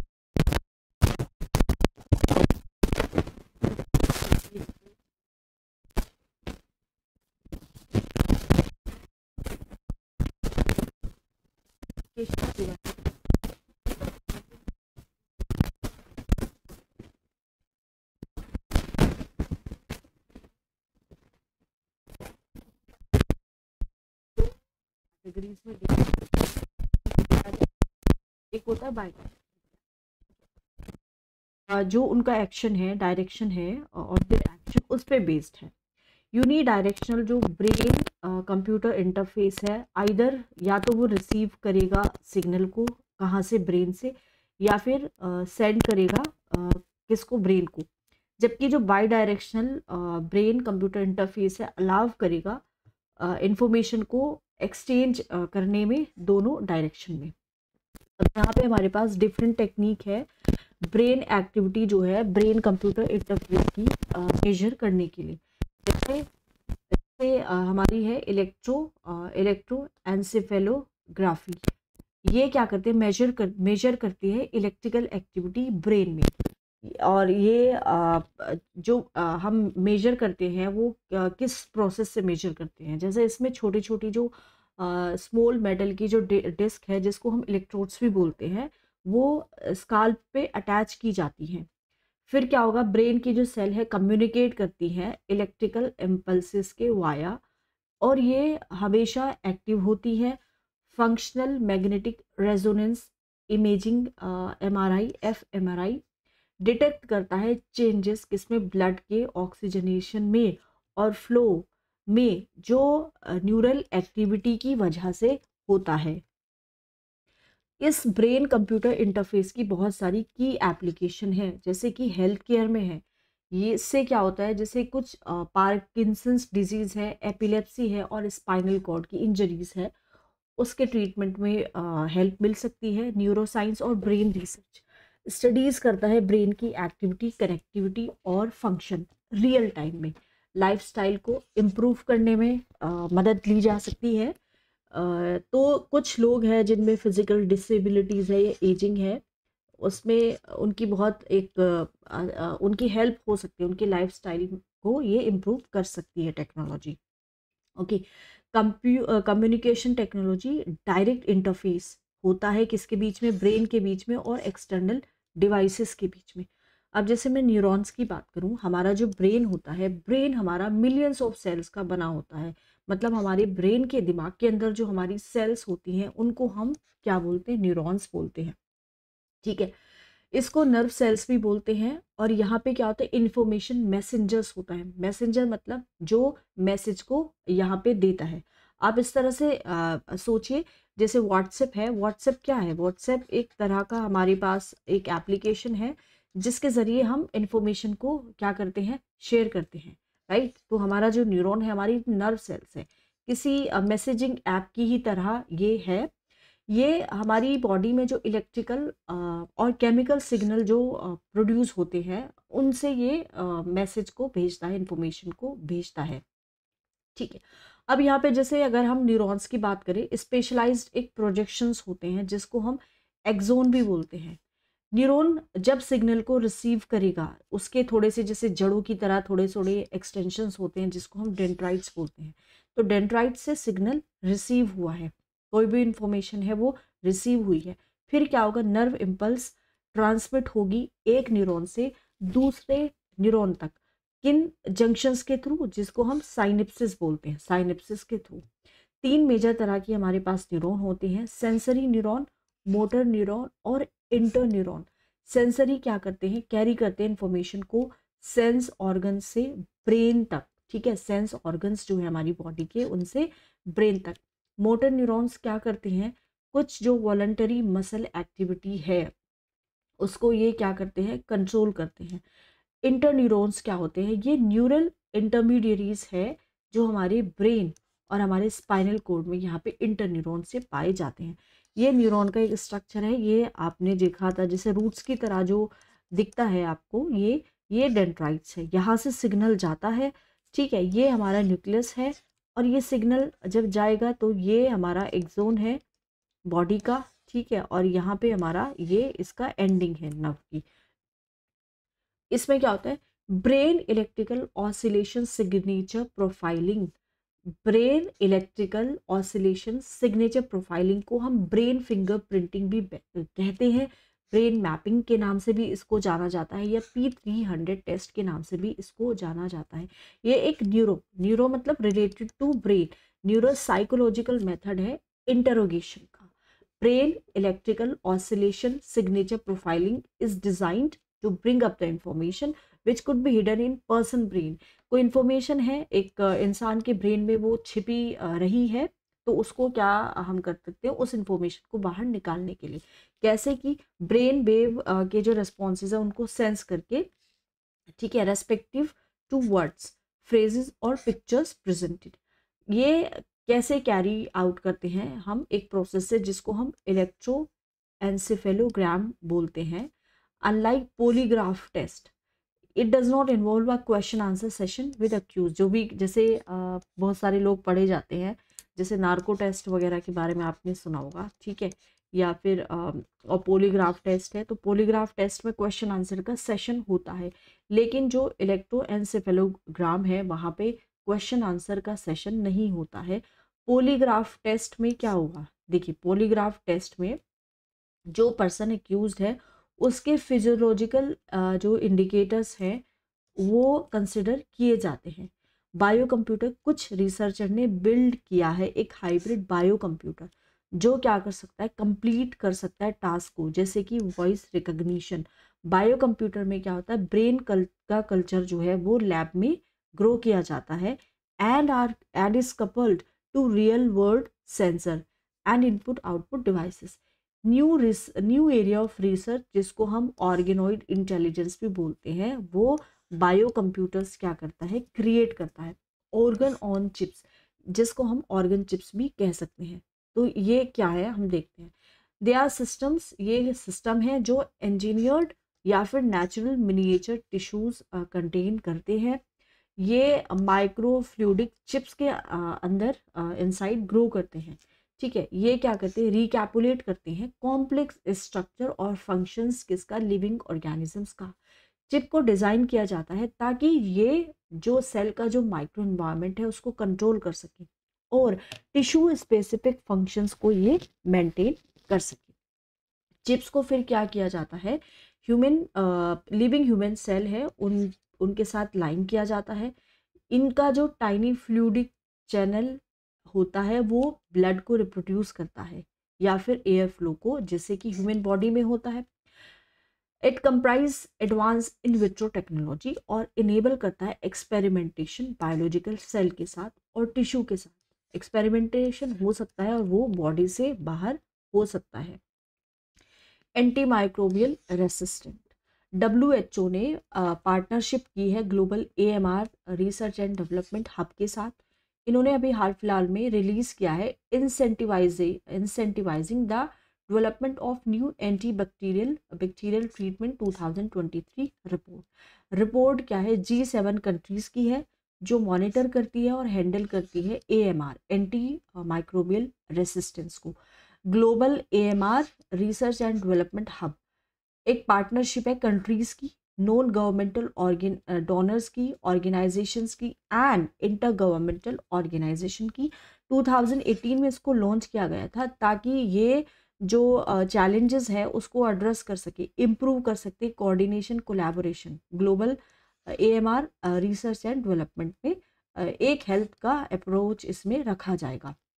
one health approach क्या कहता है, ये प्रमोट करता है कोऑर्डिनेटेड एक्शंस, किसमें, ह्यूमन और एनिमल हेल्थ के अक्रॉस, एग्रीकल्चर फूड सिस्टम के अक्रॉस और एनवायरनमेंट के अक्रॉस। अब यहाँ पे ग्लोबल स्टेप क्या लिए गए हैं जिससे हम एंटी माइक्रोबियल रेसिस्टेंस को हैंडल कर सकें। Global action plan anti microbial resistance by WHO। Aware access watch reserve, ये एक टूल है, WHO ने इसको लॉन्च किया है। Global anti microbial resistance and use surveillance system, ये भी WHO का ही है। Global antibiotic research and development partnership secure, first dedicated mechanism जो expand access in low middle income countries to essential antibiotics which goes beyond access to single products. One Health Joint Plan of Action 2022-26 by FAO, UNEP, World Health Organization for Animal Health, founded as OIE and the World Health Organization. इसमें क्या क्या steps लिए गए हैं, देखिए, national action plan on containment of antimicrobial resistance 2017, Delhi declaration on AMR research and international collaboration, national AMR surveillance network of a state medical college labs जो generate करेगा quality data on AMR, antibiotic stewardship programme जो control करेगा misuse और overuse किसका, antibiotics का, hospital wards में और ICU में।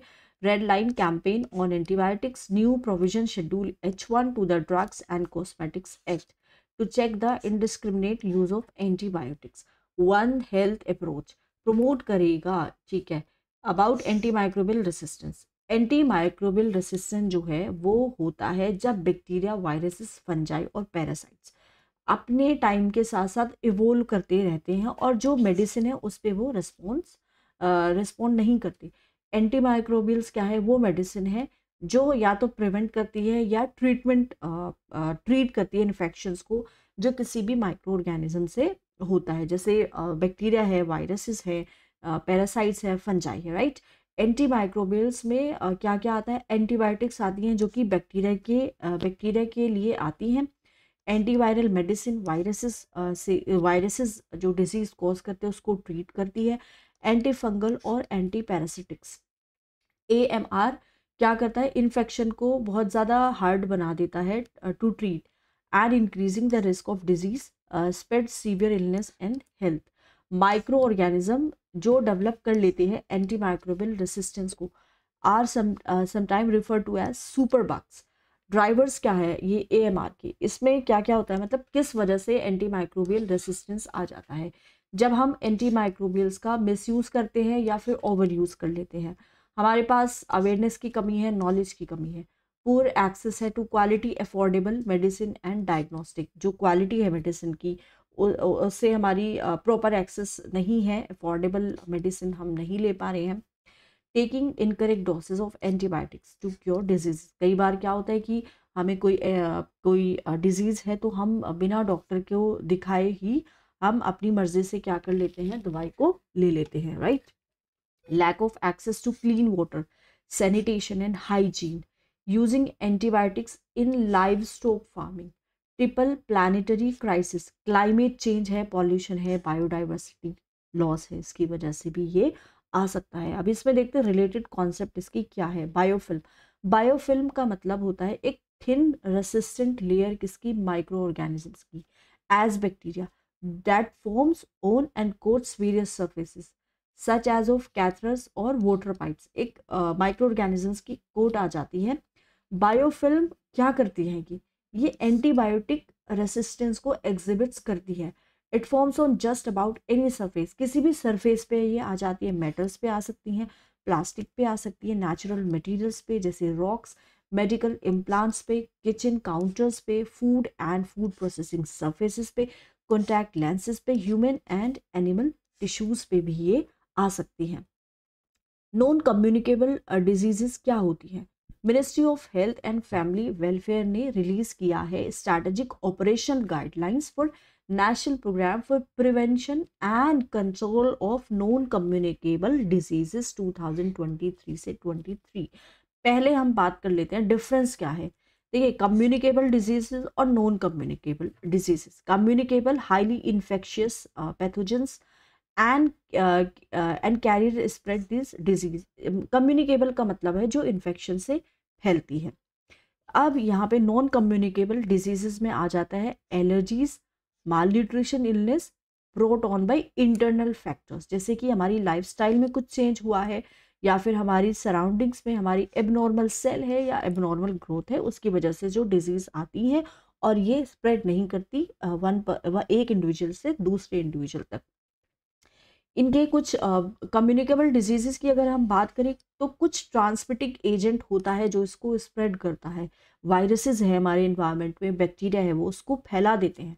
ये किसी से नहीं फैल सकती क्योंकि ये जो एक इंडिविजुअल है, पेशेंट है, उसकी जो इंटरनल चेंजेस होते हैं या फिर सराउंडिंग में, उसी की वजह से ये होती है उसको। इनहेरिटेंस का रोल देखते हैं इसमें। ये भाई ये जो आपकी कम्युनिकेबल डिजीजेस है ये हमने देखा है कि ये वायरस बैक्टीरिया से ही फैल रही हैं, तो ये एक जनरेशन से दूसरी जनरेशन तक नहीं फैल सकती। लेकिन ये अगर हम बात करें ये इनहेरिट हो सकती है, ठीक है, मतलब ये सिर्फ जीन्स के थ्रू ही जा सकती है। अगर हम वैसे एक सोसाइटी में बात करें, एक पॉपुलेशन की बात करें, तो जो नॉन रिलेटेड इंडिविजुअल्स है वो उनमें नहीं फैल सकती, ये सिर्फ प्रोजेनीज में ही फैल सकते हैं। डिजीज टाइप ये डेवलप करती है इमीडिएटली एंड इज एक्यूट, ठीक है, एक्यूट है, develops over a periods of time and last longer. अब यहाँ पे जैसे इन डिजीज़ की हम बात करते हैं तो क्योंकि ये इनहेरिट हो रही है तो ये डेवलप करने में इनको थोड़ा सा टाइम लगता है और ये लंबे टाइम के लिए होती है। अब हम कम्युनिकेबल डिजीज की बात करते हैं। इन्फेक्शन की वजह से होती है, ट्रीटमेंट हो जाता है तो फिर वो ठीक हो जाती है। इसमें ट्रेडिशनल मेथड वर्क कर सकते हैं। इसमें सिर्फ सर्जरी या फिर कुछ स्पेशलाइज्ड ट्रीटमेंट अगर होगा तभी उस डिजीज से छुटकारा पाया जा सकता है। जैसे मलेरिया है आपके, ट्यूबरकुलोसिस, ये कम्युनिकेबल डिजीजेस हैं, राइट। एंड अगर हम नॉन कम्युनिकेबल डिजीजेस की बात करें तो उसमें अल्जाइमर डिजीज, हाइपरटेंशन, अस्थमा। अब हम बात करते हैं इसमें क्या क्या इनिशिएटिव हैं जो इस इवेंट के दौरान लॉन्च किए गए थे। 75/25 इनिशिएटिव लॉन्च हुआ था। इसमें क्या है कि 75 मिलियन पीपल जो है उनको हाइपरटेंशन है एंड डायबिटीज़ है, तो इनको हम कहाँ रखेंगे, इनको स्टैंडर्ड केयर दिया जाएगा बाय 2025। सशक्त पोर्टल, ये एक पोर्टल है जिसमें 40,000 primary health care medical officers को ट्रेनिंग मिलेगी। इसकी कुछ हाइलाइट्स देख लेते हैं। ये जो गाइडलाइंस आई हैं, national programme for prevention and control of cancer, diabetes, cardiovascular disease and stroke programme has been renamed. नया जो नाम है इसका वो क्या है, national programme for prevention and control of non communicable disease. ठीक है, कैंसर, डायबिटीज, कार्डियोवास्कुलर डिजीज ये नाम नहीं है, अब नॉन कम्युनिकेबल इसको नाम रख दिया गया है। प्रोग्राम क्या है, ये इंक्लूड करता है chronic obstructive pulmonary disease and asthma. ठीक है, non alcoholic fatty liver disease इसमें आ जाता है, Pradhanmantri national dialysis programme etcetera. Non communicable diseases के बारे में देखते हैं। ये क्रॉनिक डिजीजेस हैं, ये लॉन्ग ड्यूरेशन के लिए होती हैं और इसमें क्या होता है, कुछ जेनेटिक रीज़न भी हो सकता है, कुछ फिजियोलॉजिकल रीज़न हो सकता है, एनवायरमेंटल और बिहेवियरल फैक्टर्स का बहुत ज़्यादा रोल होता है डिजीज़ में। मेन टाइप्स, कार्डियोवास्कुलर जो डिजीज़ है, कैंसर है, क्रोनिक रेस्पिरेटरी डायबिटीज़ है, डिजीज़ है और डायबिटीज़ है। ये इंक्लूड करता है hypertension, obesity etcetera. NCD accounted for almost 61.8% जो डेथ है इंडिया में 2016 में, वो इन्हीं वजह से हुई है, क्रोनिक डिजीज़ की वजह से ही हुई है, मतलब नॉन कम्युनिकेबल डिजीज़ की वजह से ही ये हुई है। क्या क्या इनिशिएटिव सरकार ने हमारी लिए हैं इन नॉन कम्युनिकेबल डिजीज़ को कर्ब करने के लिए। National action plan and monitoring framework for prevention and control of non communicable disease. इसका एम क्या है कि जो ग्लोबल प्री मेच्योर डेथ हो रही हैं उनका नंबर हमें कम करना है। ठीक है, from national communicable disease by 25% 2025 तक। फिट इंडिया मूवमेंट आया है, ये लेके आए ministry of youth affairs and sports. Tuberculosis के बारे में देखते हैं। टीबी, वर्ल्ड हेल्थ ऑर्गेनाइजेशन ने रिलीज की है ग्लोबल ट्यूबरकुलोसिस रिपोर्ट 2023 की। पहले देखते हैं टीबी होती क्या है। टीबी एक बैसिलस माइकोबैक्टीरियम होता है जो ट्यूबरकुलोसिस को कॉज कर ट्यूबरकुलोसिस डिजीज को जिसकी वजह से ट्यूबरकुलोसिस डिजीज होती है। Okay, which most often affects lungs. अब इसमें क्या होता है, जैसे आपने देखा होगा टीबी के जो पेशेंट है वो ज़्यादातर क्या ऑलमोस्ट खांसते ही रहते हैं क्योंकि इसमें उनके लंग्स अफेक्ट होते हैं। ठीक है, इसको हम बोलते हैं पल्मोनरी टीबी। टीबी दूसरे एरिया को भी अफेक्ट कर सकती है जिसको हम एक्स्ट्रा पल्मोनरी टीबी बोलते हैं। अब ये जो टाइप है एक्स्ट्रा पल्मोनरी टीबी के, इसमें आता है आपका जैसे gastrointestinal TB, skeletal TB, liver TB etcetera. Most common medications इसमें यूज़ की जाती है जैसे isoniazid, rifampicin, ethambutol and pyrazinamide etcetera, ये दवाई इसमें यूज़ होती है। Bacille Calmette Guerin is only licensed vaccine जो टीबी के प्रिवेंशन के लिए अवेलेबल है। ये प्रिवेंट करती है extrapulmonary TB but not pulmonary TB. Extrapulmonary TB को तो ये बिल्कुल प्रिवेंट कर देती है, लेकिन जो टीबी जिसकी वजह से लंग्स पे अफेक्ट होता है उसको ये नहीं प्रिवेंट करती। ओके, क्या क्या स्टेप लिए गए हैं जिससे कि ट्यूबरकुलोसिस को प्रिवेंट किया जा सके। National strategic plan for tuberculosis elimination, ये 2017 से 25 तक चलने वाला एक प्लान है। टीबी मुक्त पंचायत अभियान इनिशिएटिव भी लिया गया है, जिसमें गांव-गांव में जागरूक किया जा रहा है लोगों को। निक्षय पोषण योजना जो न्यूट्रिशन सपोर्ट दे रहा है टीबी के जो पेशेंट है। प्रधानमंत्री टीबी मुक्त भारत अभियान, ये इसका एम है कि टीबी को 2025 तक हमें एलिमिनेट करना है। अंडर इट निक्षय मित्रा को प्रोवाइड करना है additional support to all on treatment TB patient. Find treat all and TB joint initiative of WHO Stop TB Partnership and Global Fund to diagnose, treat and report 40 million people with TB. Drug resistant TB, multi drug resistant TB, ये resistant है to at least isoniazid and राइफेम्पिसिन। ठीक है, इससे ये resistant अब ये हो चुका है। एक्सटेंसिवली ड्रग रेसिस्टेंट ट्यूबरकुलोसिस, ये रेसिस्टेंट है to isoniazid and rifampin plus कोई भी quinolone and at least one of the 3 injectable second line drugs जैसे एमिकेसिन, केनामाइसिन और capreomycin. Totally drug resistant tuberculosis, ये रेसिस्टेंट है to all first and second line TB drugs. अब आता है Moscow declaration 2017 का।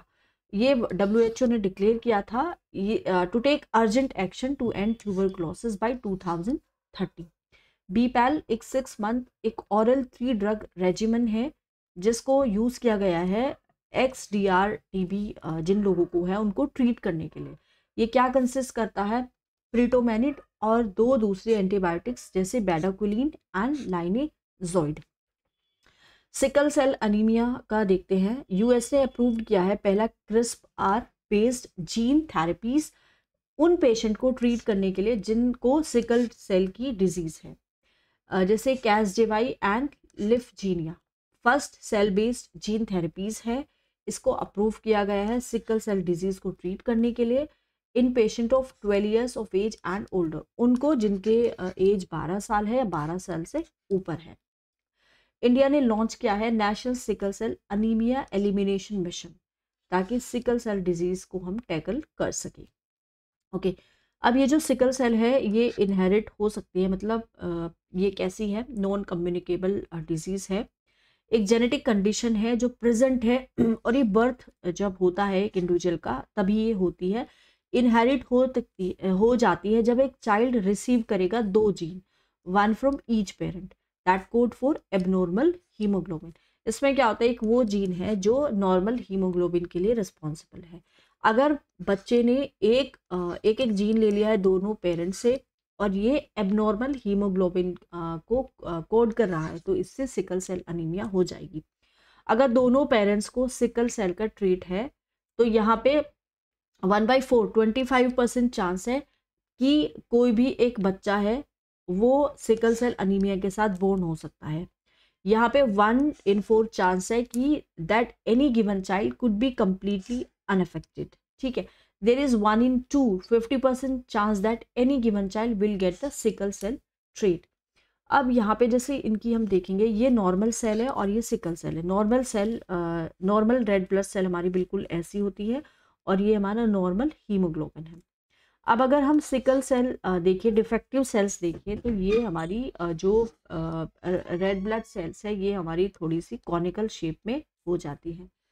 Sickle cell impedes blood flow, इसमें क्या होता है क्योंकि राउंड नहीं होती है यहाँ पे, ये कॉनिकल शेप में हो जाती है, तो ये जो हमारा हीमोग्लोबिन जो है, ऑक्सीजन जो ट्रांसफ़र हो रहा है हमारा किसके साथ कंबाइन होके हीमोग्लोबिन के साथ, तो ये इम्पीड करता है उसके किसको, फ्लो को।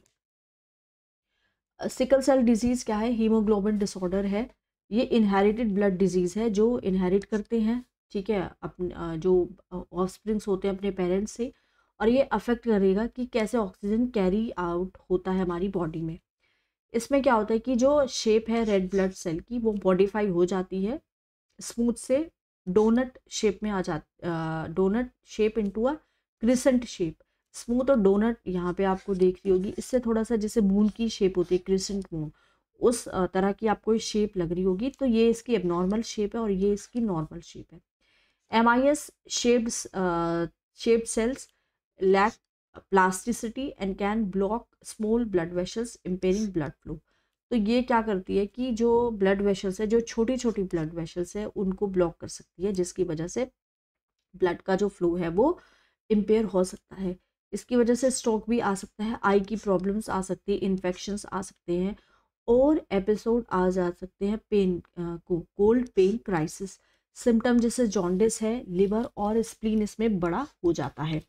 इंडिया में sickle cell disease more common है, इसमें ट्राइबल पॉपुलेशंस में tribal areas were endemic to malaria for many years leading to many death. दस as an evolutionary their RBC were becoming sickle shaped. This led to their high susceptibility to sickle cell disease. Stem cell या फिर bone marrow transplant किया जा सकता है और यही एक सॉल्यूशन है जिससे हम इस क्योर को इस डिजीज को क्योर कर सकते हैं। हेमाटोपोइटिक स्टेम सेल ट्रांसप्लांट की यहाँ पे बात हो रही है। National sickle cell anaemia elimination mission, इनका ऑब्जेक्टिव है कि इनको अफोर्डेबल और एक्सेसिबल केयर देना है और 2014 तक सिकल सेल की जो डिजीज़ है उसको बिल्कुल जड़ से ख़त्म कर देना है। स्ट्रैटेजी क्या है?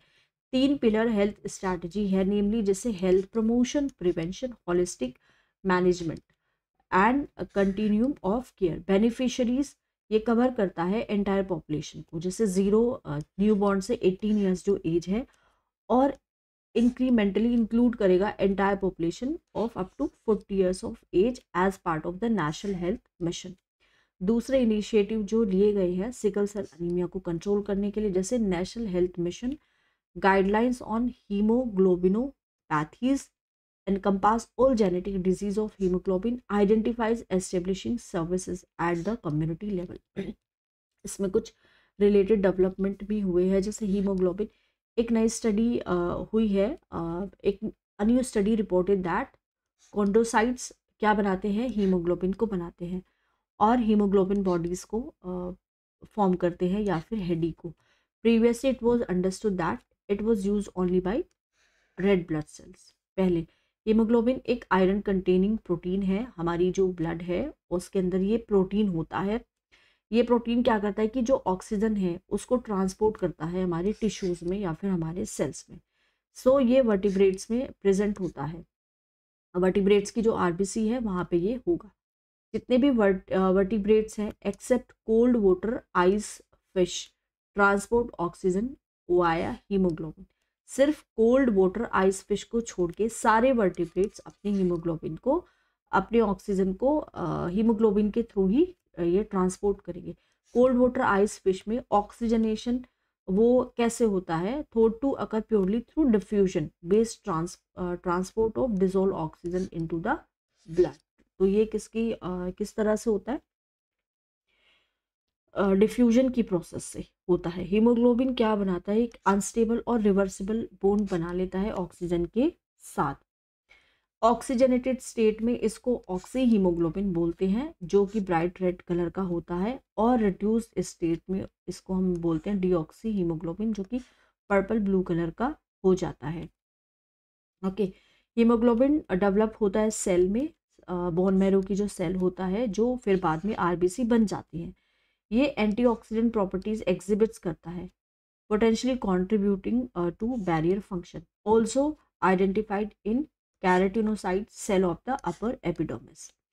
कॉन्ड्रोसाइट्स क्या होता है, ये सेल होती हैं जो कार्टिलेज को बनाती हैं। ये कार्टिलेज क्या होता है, कनेक्टिव टिश्यू होते हैं बॉन्स के बीच में। जैसे आपने अपनी नोज को जब आप टच करोगे, अपने ईयर को आप टच करोगे, तो ये वाला जो जगह है जैसे ईयर को आप टच करोगे तो हड्डियां तो नहीं है, तो वो जो आपको थोड़ा सा जिसकी वजह से आपकी ईयर की शेप बनी हुई है वो उसको हम बोलते हैं कार्टिलेज। कॉन्ड्रोसाइट्स के क्या क्या फंक्शन है, ये रिलीज करता है substances to make cartilage strong yet flexible. अब जैसे आप ईयर को टच करोगे तो ये स्ट्रॉन्ग भी है और फ्लेक्सिबल भी है। हीमोग्लोबिन जो होता है कॉन्ड्रोसाइट्स में वो ऑक्सीजन को कैरी करता है और ये उनके सर्वाइवल के लिए एसेंशियल है, और ये ऑक्सीजन को स्टोर भी करता है। तो जैसे कि अगर हम रेयर डिजीज़ की बात करें तो पहली बार मिनिस्ट्री ऑफ हेल्थ और फैमिली वेलफेयर ने इंट्रोड्यूस किया है जेनेरिक ड्रग्स, किसको ट्रीट करने के लिए, 4 जो रेयर डिजीज़ है उनको ट्रीट करने के लिए। इसमें कौन कौन सी बीमारी आती हैं, जैसे साइनेमिया टाइप 1, गोचर डिजीज, विल्सन डिजीज एंड ड्रेविड या फिर लेनॉक्स गैस्ट्रोथ सिंड्रोम, सीजर्स भी इसको बोलते हैं। रेयर डिजीज के बारे में देखते हैं कि रेयर डिजीज क्या होती है। एक लाइफ लॉन्ग डिजीज होती है या डिसऑर्डर होता है, और अगर हम इसका प्रिवलेंस देखें पॉपुलेशन में तो 1000 लोगों में सिर्फ एक को ये होगी। मोस्टली ये जेनेटिक होती हैं नेचर में। करंटली ये सिर्फ 5% जो पॉपुलेशन है पूरे वर्ल्ड की, अगर हम कंपेयर करें पूरे वर्ल्ड की पॉपुलेशन में 5% लोग ऐसे हैं जिनको ये बीमारी है। की इनिशिएटिव क्या है रेयर डिजीज के लिए? National policy for rare diseases 2021 has been formulated. इसका जो प्रोविजंस है वो इंक्लूड करता है financial assistance under the umbrella scheme of Rashtriya Arogya Nidhi. Categorisation into 3 groups, जैसे ग्रुप 1 है disorder amenable to one time curative treatment. उसके बाद आता है group 2 diseases requiring long term या फिर जिसमें लाइफ लॉन्ग ट्रीटमेंट है और having relatively lower cost of treatment. Group 3 में आता है डिजीज़ जिनका बहुत ज़्यादा हाई कॉस्ट है ट्रीटमेंट का और जो थेरेपी है वो लाइफ लॉन्ग थेरेपी लेनी पड़ती है। Exemption from basic custom duty to rare diseases drugs for personal use. Production linked incentive scheme for pharmaceuticals cover orphans drugs. जैसे ऑर्फन ड्रग्स वो ड्रग्स है जो कि रेयर डिजीज़ के लिए यूज़ होती हैं। Fixed dose composition drugs. Central drugs standard control organisation क्या देता है? देता है conditional load for sale of 5 fixed dose combination which were banned earlier.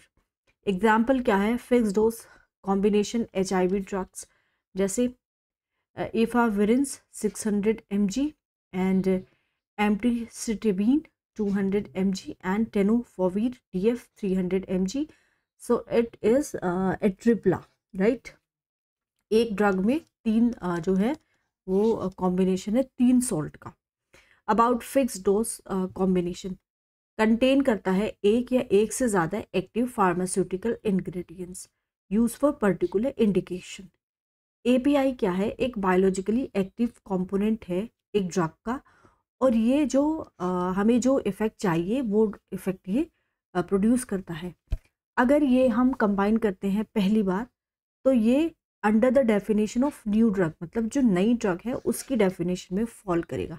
नई ड्रग्स क्या रिक्वायर करती है? Prior approval. कहाँ से? From the drugs controller general of India. Drugs controller general of India heads the central drugs standard control organisation. Merits क्या है इसके? FDCs के इंक्रीज एफिकेसी, रिड्यूस्ड कॉस्ट और simpler logistics of distribution. Demerits क्या है FDCs के? Pharmacodynamics, drugs power mismatch, ये इसकी वजह से क्या हो सकता है? रिड्यूस एफिकेसी हो सकती है या फिर टॉक्सिसिटी एनहांस हो सकती है। Decreased shelf life and lead to anti microbial resistance. क्या क्या स्टेप लिए गए हैं? इंडिया ने क्या क्या स्टेप लिए गए हैं FDCs के रेगुलेशन के लिए? पहला, जैसे drugs and cosmetics amendment act 2008 का, testing capacities of central drugs, testing laboratories, drugs cosmetic rules 1945 जो कि 2017 में क्या हुआ था? अमेंड हुआ था। अब अगर हम बात करें इसकी related development, fix retail prices रखा गया है एसेंशियल मेडिसिन के लिए। नेशनल फार्मास्यूटिकल प्राइसिंग अथॉरिटी ने फिक्स किया है रिटेल प्राइसेस 23 फॉर्मुलेशंस के लिए। So it has also revised the ceiling price of 15 scheduled formulations under drugs price control and order 2013। Drug price control India, ministry of health and family welfare रोज़ करता है एक national list किसकी? Essential medicine की price control के लिए। ये जो एसेंशियल मेडिसिन है ऑटोमेटिकली ये किसके अंडर आती है? Drug price control order 2013। NPPA जो एक इंडिपेंडेंट बॉडी है किसमें? Ministry of chemicals fertilisers enforce करती है इन प्राइस कंट्रोल को। अब बात आती है जेनेरिक ड्रग्स की, क्यों है न्यूज़ में? मिनिस्ट्री ऑफ हेल्थ और फैमिली वेलफेयर ने इशू किया है अलर्ट सारे गवर्नमेंट डॉक्टर्स को कि आप जेनेरिक मेडिसिन को ही प्रिस्क्राइब करिए।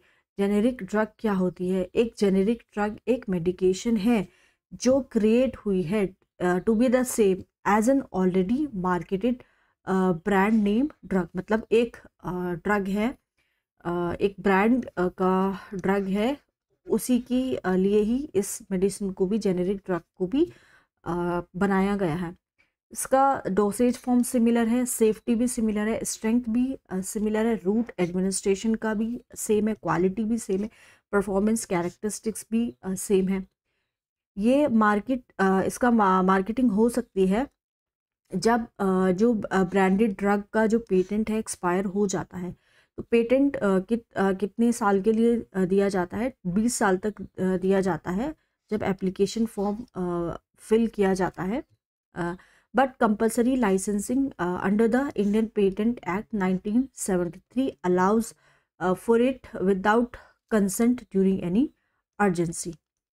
रेगुलेशन क्या है? जो जेनेरिक मेडिसिन है उनका क्या रेगुलेशन है? Indian medical council professional conduct etiquettes and ethics regulation 2022 का एक एक्ट है, प्रिस्क्राइब्स दैट हर एक जो फिजिशियन है उसको प्रिस्क्राइब करना है ड्रग्स जेनेरिक नेम के साथ, लेजिबली एंड प्रेफरेबली किसमें? कैपिटल लेटर्स में।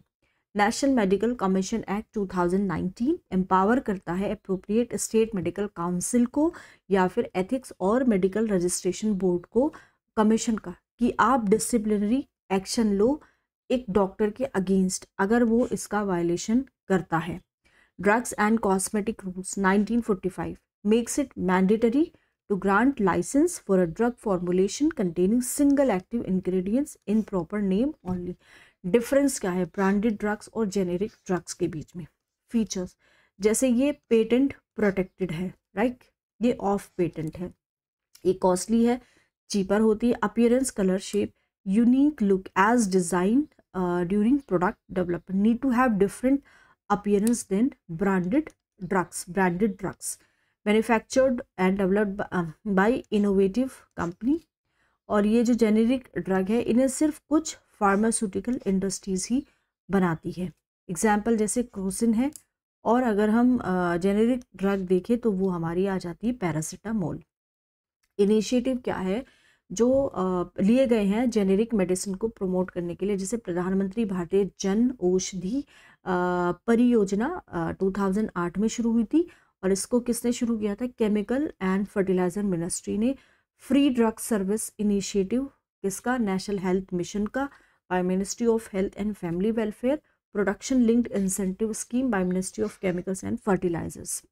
बायोसिमिलर एक फार्मा कंपनी रिसीव करती है ग्रांट कहाँ से? CDSCO से, marketing authorisation of biosimilar trastuzumab cancer drug. ये एक ट्रास्टुजुमैब क्या है? ये एक कैंसर की ड्रग है। बायोसिमिलर का क्या मतलब होता है?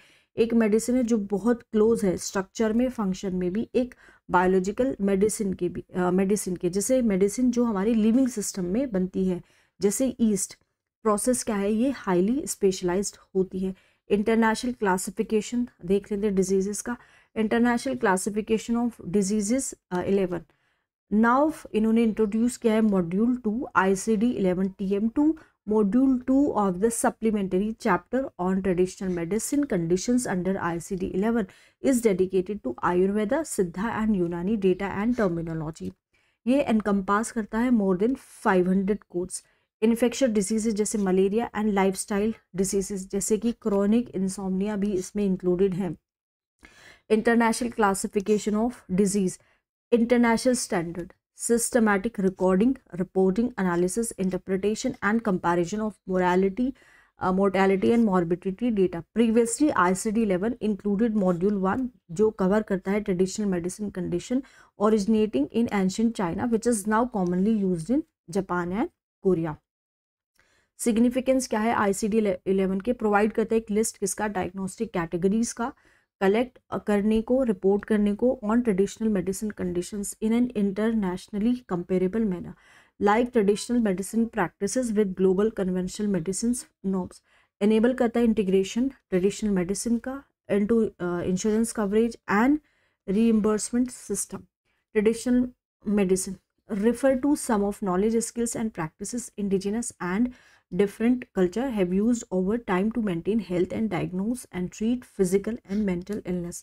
National AYUSH morbidity and standardised terminologies electronics portal provide करता है standardised terminologies and morbidity codes of for Ayurveda, Siddha and Unani system of medicine. AYUSH health information management system comprehensive IT platform है जो इफेक्टिवली मैनेज करता है सारे function health care delivery system के और patient care के किसमें, आयुष की फैसिलिटीज़ में। Gujarat declaration outcome document of first WHO traditional medicine global summit 2023। Food fortification क्या है, फूड सेफ्टी और स्टैंडर्ड अथॉरिटी जो है इंडिया की ऑपरेशनलाइज्ड किया है उन्होंने प्रोविजन किसका, draft food safety and standard का, food product standards and food additives amendment regulations 2011। अगर हम इसके बारे में और कुछ देखें, more about news, it was notified under food safety and standards act 2006, impose करती है लिमिट्स माइक्रोन्यूट्रिएंट्स का, manufacturing of fortified rice kernels. Micronutrients include करता है जैसे आयरन, विटामिन B9 जिसको फॉलिक एसिड भी बोलते हैं, विटामिन B12 जिसको हम साइनोकोबैलामाइन भी बोलते हैं। फोर्टिफिकेशंस के बारे में पढ़ते हैं, डेलिबरेटली ये इंक्रीज करता है कंटेंट ऑफ वन और मोर माइक्रोन्यूट्रिएंट्स किसमें, फूड में या फिर कॉन्डिमेंट्स में। Supplemental food, it was regulated under food safety standard, fortification of foods regulation 2018। Rice fortification के बारे में देखते हैं, इसका मतलब होता है कि FR की containing FSSAI prescribed micronutrients, iron, folic acid, vitamin B12 to normal rice, custom milled rice in the ratio 1/100. Coating, extrusion and dusting are key technologies. India में एक्सट्रूजन टेक्नोलॉजी एम्प्लॉयड है जहाँ पे mild rice is pulverised and mixed with premix. Benefits क्या है इसके, combating malnutrition and anemia in a cost of effective manner, prevent cretinism, goiter, thyrotoxicosis, brain damage और improve करता है फीटल एंड न्यूनेटल हेल्थ को। कंसर्न क्या है, iron fortified rice जो है is likely to be harmful, उन पेशेंट के लिए हार्मफुल हैं जिनमें ओवरली यहाँ पे आयरन का ओवरलोड है, जैसे वो लोग जिनको थैलेसीमिया है और सिकल सेल एनीमिया है। की इनिशिएटिव क्या क्या लिए गए हैं, distribution of fortified rice under सक्षम, आंगनवाड़ी एंड पोषण 2.0, centrally sponsored pilot scheme on fortification of rice and its distribution under public distribution system, and fortified with name of fortification and F logo by the FSSAI.